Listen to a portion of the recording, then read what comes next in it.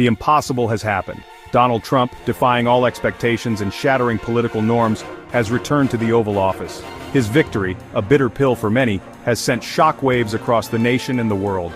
The aftershocks of his divisive rhetoric and unpredictable policies are already being felt. The very foundation of American democracy feels unsteady, a house built on sand in the face of a rising political tide. Trump's return is not a mere political comeback, it's a cultural earthquake. It lays bare the deep divisions that fracture American society, the urban versus the rural, the liberal versus the conservative, the globalist versus the nationalist. His presidency is a stark reminder that the wounds of 2016 never truly healed, but festered beneath the surface, waiting for the right moment to erupt. Adding fuel to the fire is Project 2025, a 900-page manifesto crafted by the Heritage Foundation, a conservative think tank. This document, dismissed by many as radical during the campaign, has taken on an ominous significance.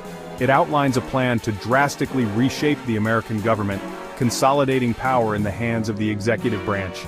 This blueprint for an ultra-conservative America has become a source of deep anxiety for those who fear the erosion of democratic norms. Trump's victory, coupled with the looming shadow of Project 2025, has cast a pall over the future. The world watches with bated breath, uncertain of what this second act holds. One thing is certain, the next 4 years will be anything but ordinary.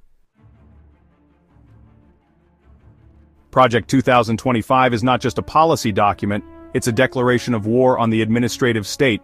This blueprint envisions a radical expansion of presidential power, granting the executive branch unprecedented control over the levers of government.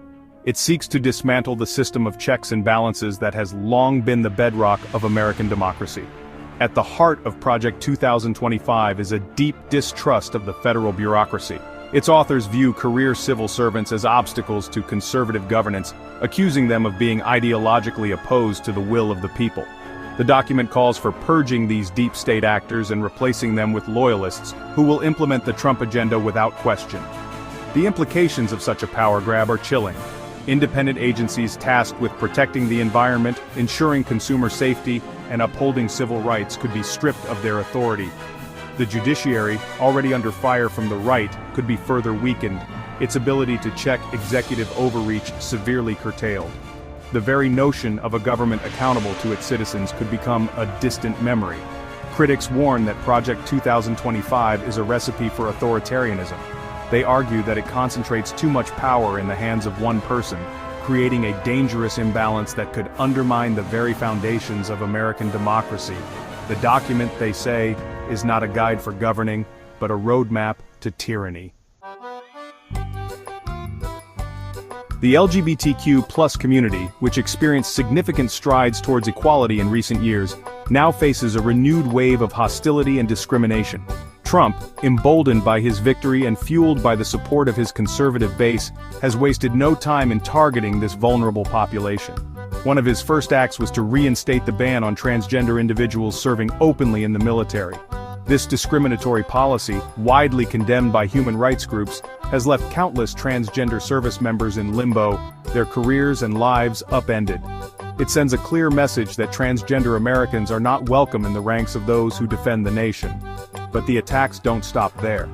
Trump has also signed executive orders restricting access to healthcare for transgender individuals, particularly targeting gender-affirming care for minors.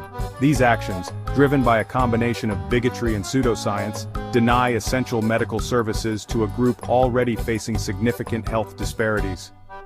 The Trump administration has gone even further, issuing directives that narrowly define gender as a biological characteristic determined at birth.